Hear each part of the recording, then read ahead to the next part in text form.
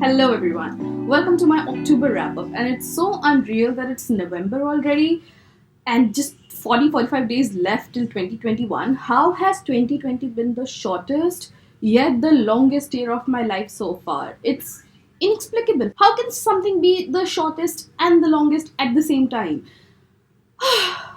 But in any case, so while I'm recording this, Biden is in the lead. It looks like Kamala Harris and Joe Biden might be the next president and vice president. And I, a person sitting in Bihar, is extremely happy about it because you know what? We'll do with any shred of positivity from anywhere around the globe at this time because, the times are such. And I'm sure a lot of people have been feeling this way. So I have another positive for you that this last month was so good for me reading wise, only reading wise. Otherwise, this month has been quite horrible. I was ill for like half of the month. Here is my October reading journal setup. As I have mentioned before in my previous video, the way this reading journal goes is I put a list of books here in my TBR, a list of books that I would possibly want to read. Now I can read.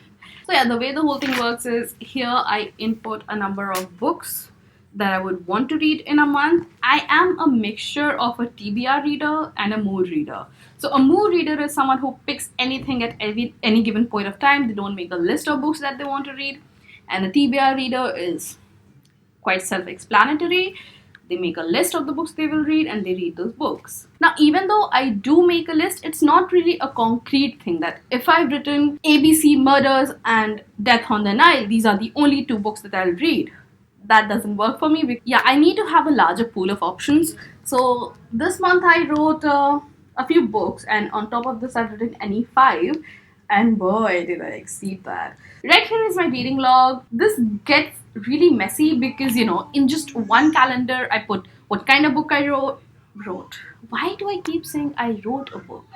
I read a book. The book I read, how I read it, the medium I read in, or the amount of reading I got done, like in pages or in hours if it's an audiobook. So it gets really messy, which is why from this month on, here's my November thing. I've made two separate things. So here is the starry calendar, starry night, whatever.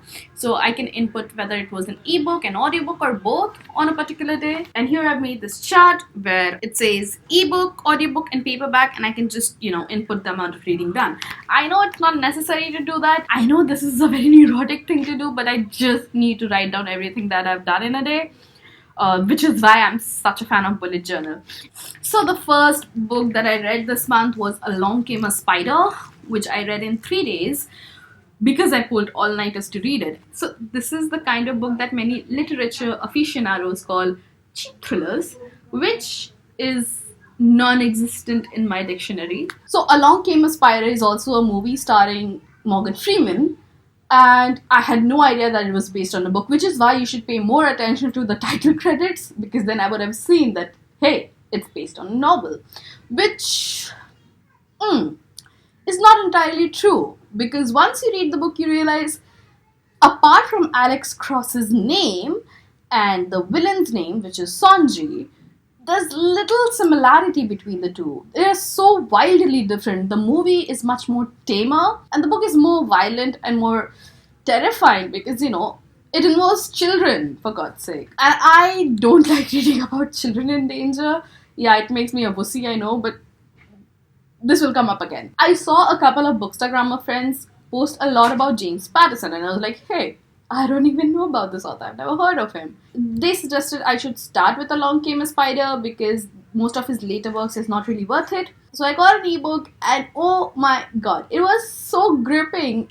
This was my first James Patterson, as I already said. The only thing that I took away from this book, not the only, but the biggest thing that I took away from this book is how wildly different it's from the movie. I know I've already said it. Okay, here's the thing. So if you're making an adaptation from a book in which you change plot, characters, everything, you should just say loosely based on book XYZ and or inspired from book XYZ and give it a different name. Like My Sister's Keeper. Why did they call it the same name as the book? Because I will never get over how much I hated the biggest change from book to film. It was No, the book works really well because of that character and the way the things happened in the climax, which is absent from the film. It's just a melodramatic cardboard cutout. It's got nothing special about it. I have seen that in a Grey's Anatomy episode.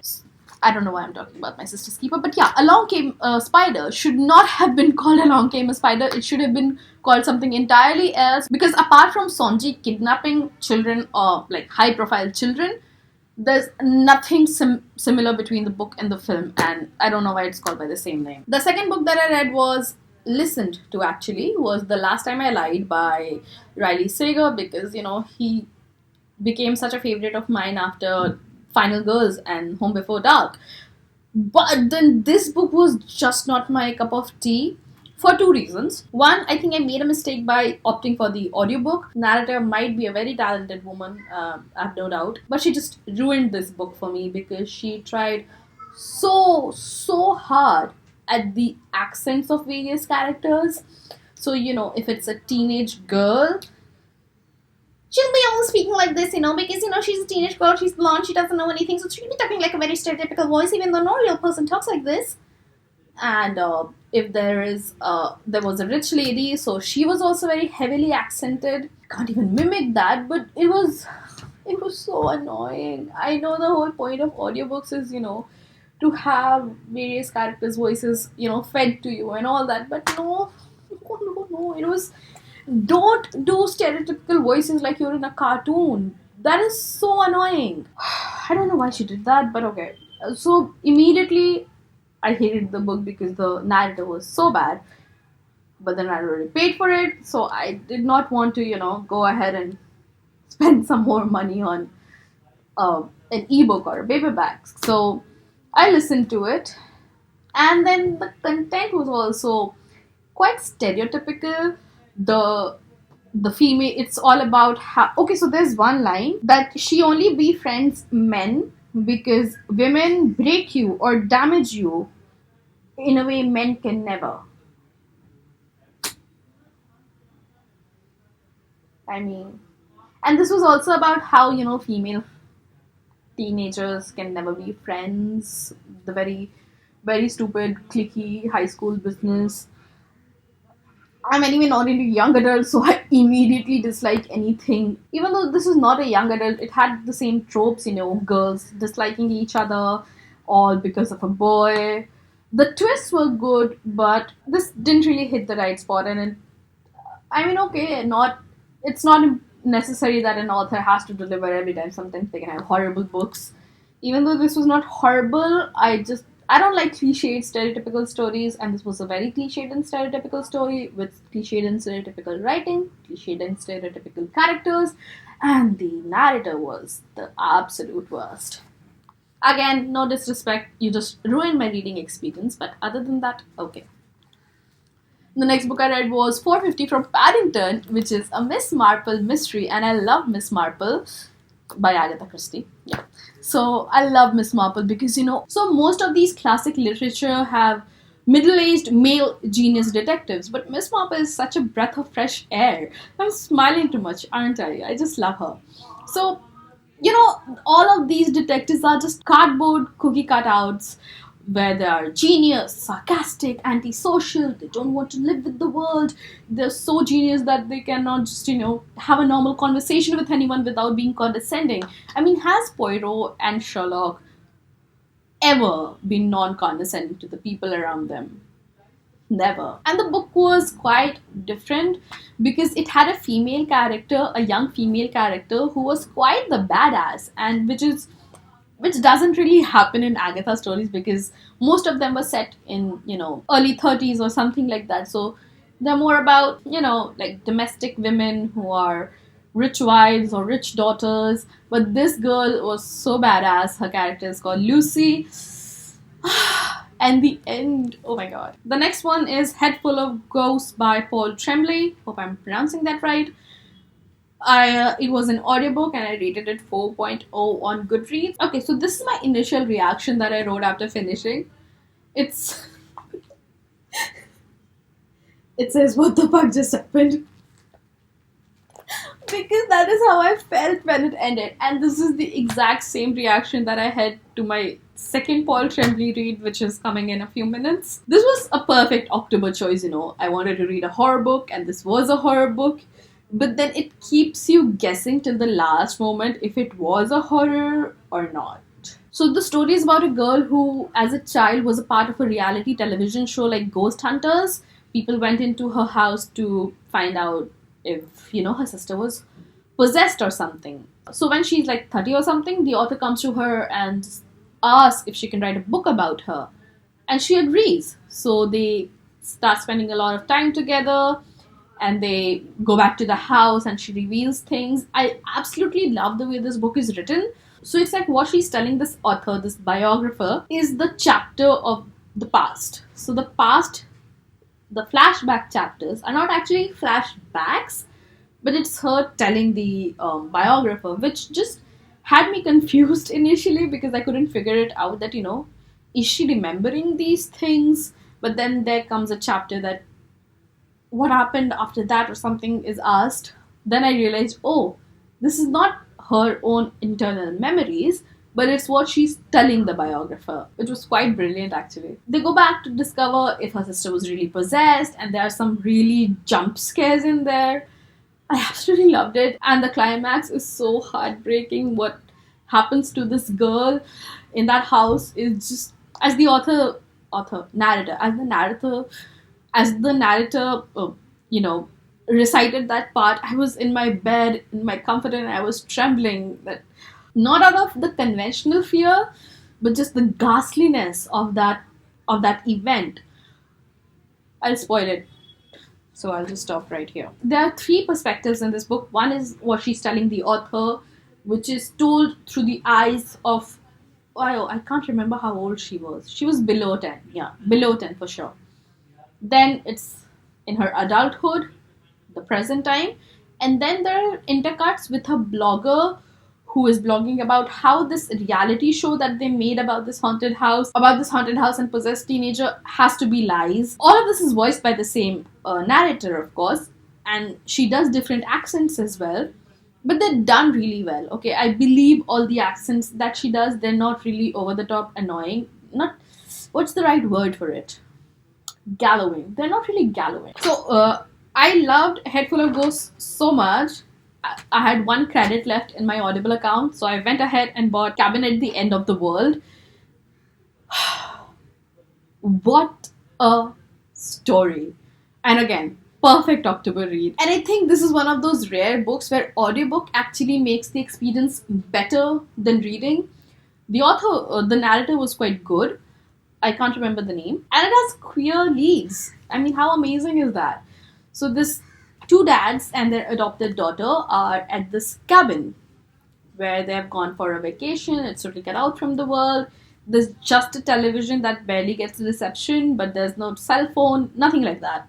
When the daughter is out there playing with some grasshoppers, when some people come around and things just unfold from there. It's a bottleneck episode sort of book. So everything happens. Everything. The entire plot of the book happens within those four walls of that cabin in a span of like 48 hours. That's it. The entire book is based on those 48 hours. And these people come to the cabin. They tell Ben that they're sorry that they have to do this.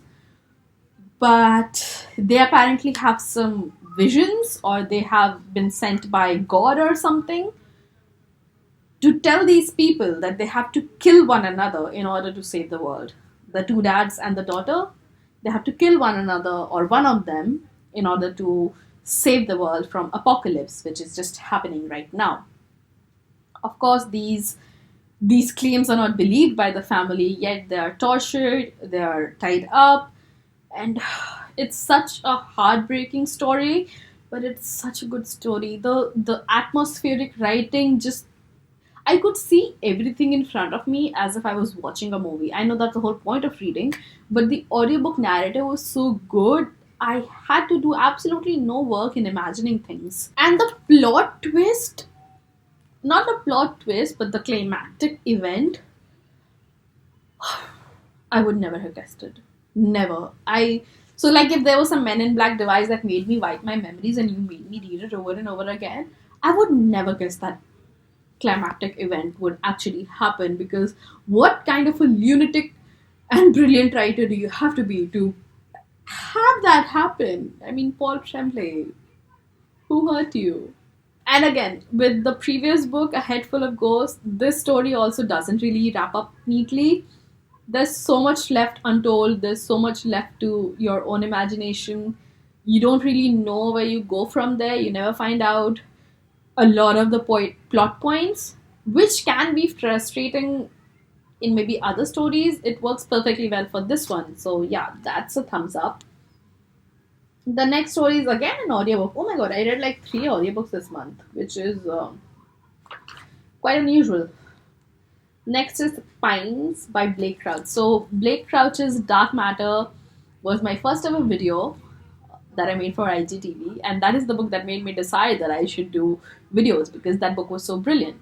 He writes, Blake Crouch is one of my favorite sci fi authors of the modern times, and I think he's really underappreciated. And this book, Pines, they've also made a show about it, Wayward Pines, that I later found out. So I've not seen the show yet because it's a trilogy. So I'll be reading all the books first, obviously, and then only going into the trilogy. Then only going into the TV show. So I read Pines, which is a story about this FBI officer, was he? Secret Services officer. Either FBI or Secret Service. How can I forget it? He gets in an accident and lands up in the town of Pines, Wayward Pines, and things start to happen that strike him quite odd. There's no real contact with the outside world. This He tries to escape, but then he is pulled back into the town, and he meets someone else that also informs him that this town is weird. Weird things happen here. People are quite weird. They don't seem normal to him, like a normal civilized society. And so he tries to investigate what's up and the things that he finds.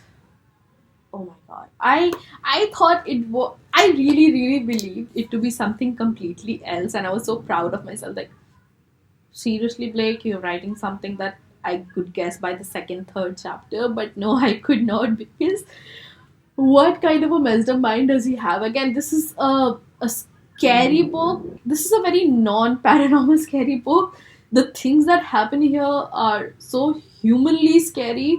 There are some scenes that are just imprinted in my memory and I cannot get them out of my head because they were so horrible. There's a lynching event that happens, and it's like, and it's not lynching, it's a part of a celebration in that town. So yeah, it was a good book. I rated it 4 out of 5. And that end reveal, I so badly want to read the sequel because the end reveal just and there's this one line I just absolutely loved. It says, we humans have been treating earth environment like rock stars in a hotel. I mean, it's so profound and so simple. The next 2 books are part of book club on my Bookstagram. I'll link both of those profiles below. First was Halloween Party by Agatha Christie, because why not read Halloween Party right before Halloween? So this book was written in her later stages, which is so evident in the writing that this is a very old Agatha writing this story.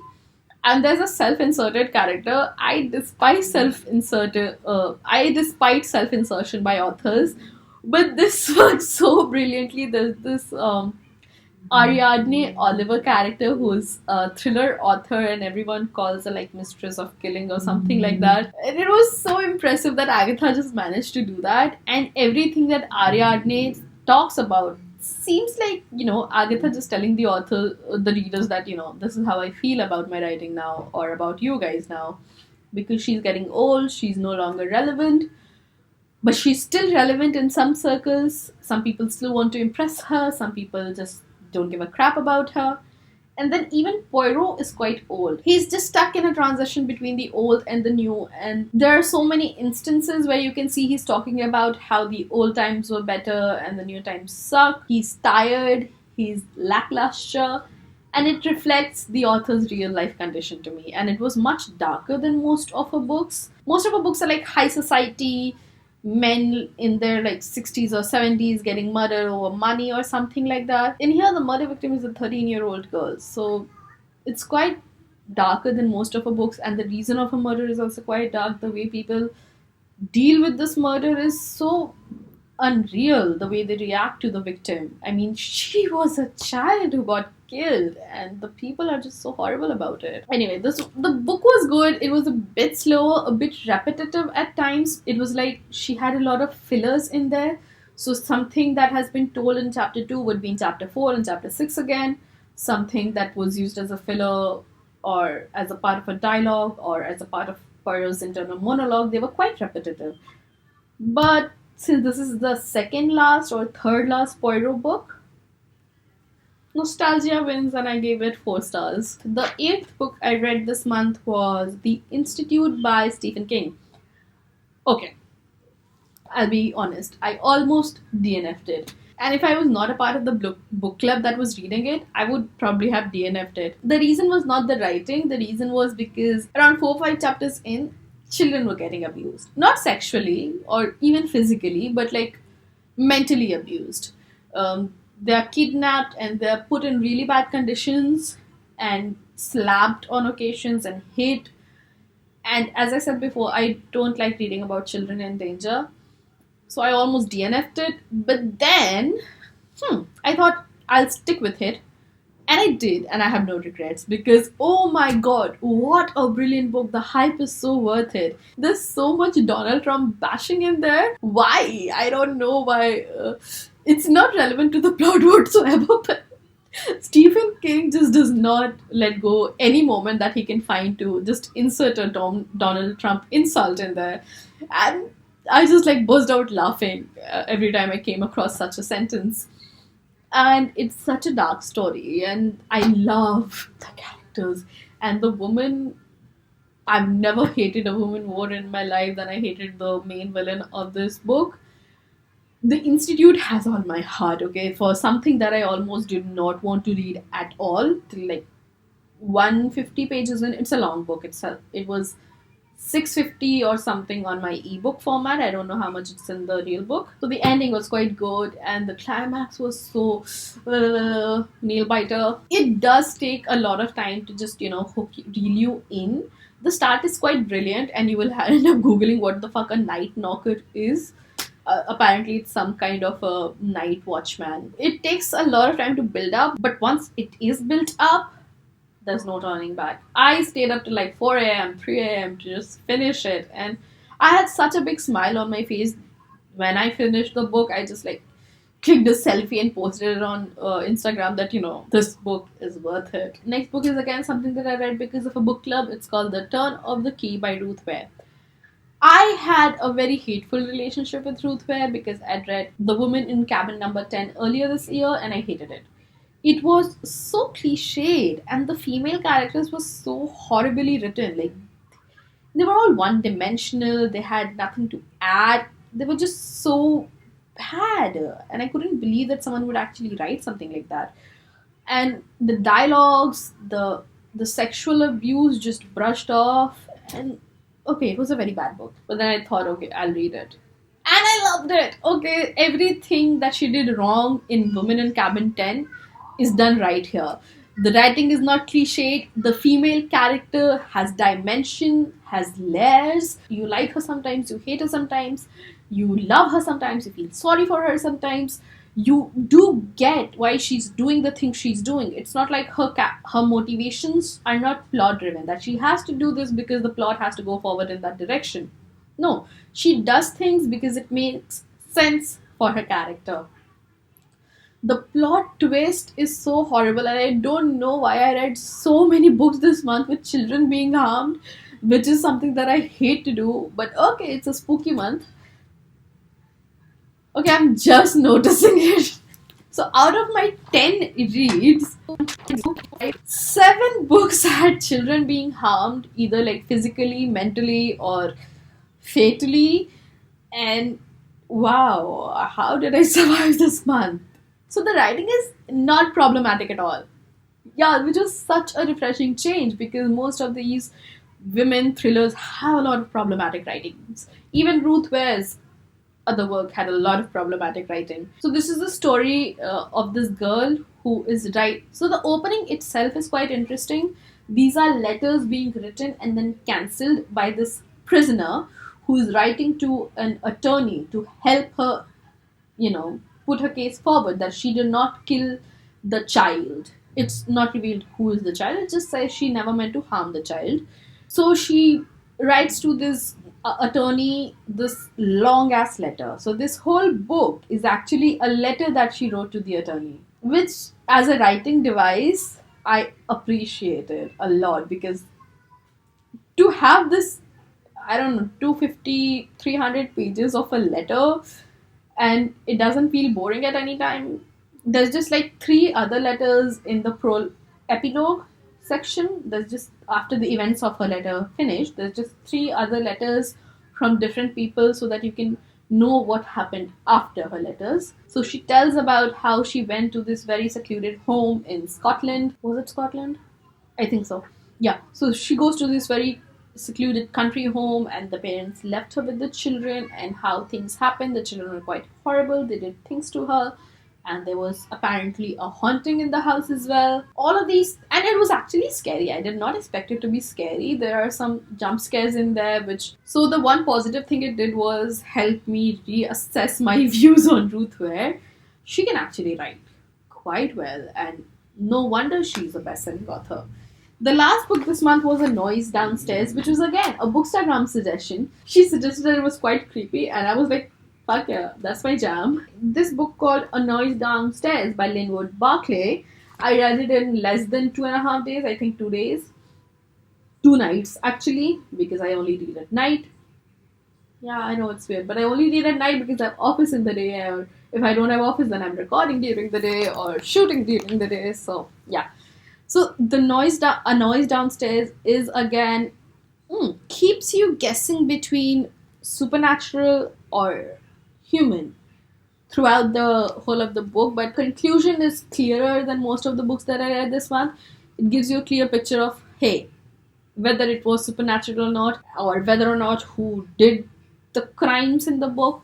The book opens with a crime. So there's this dude driving in a car, he spots one of his colleagues winding down the road towards a very darkened path. So he follows him, and what he discovers there is that he's actually in the process of burying 2 women that he apparently had an affair with, and then he gets hit in the head, and that's the end of chapter 1. So towards the end of chapter 1, you're like, hey, I was inside this guy's head the whole time, and he got killed.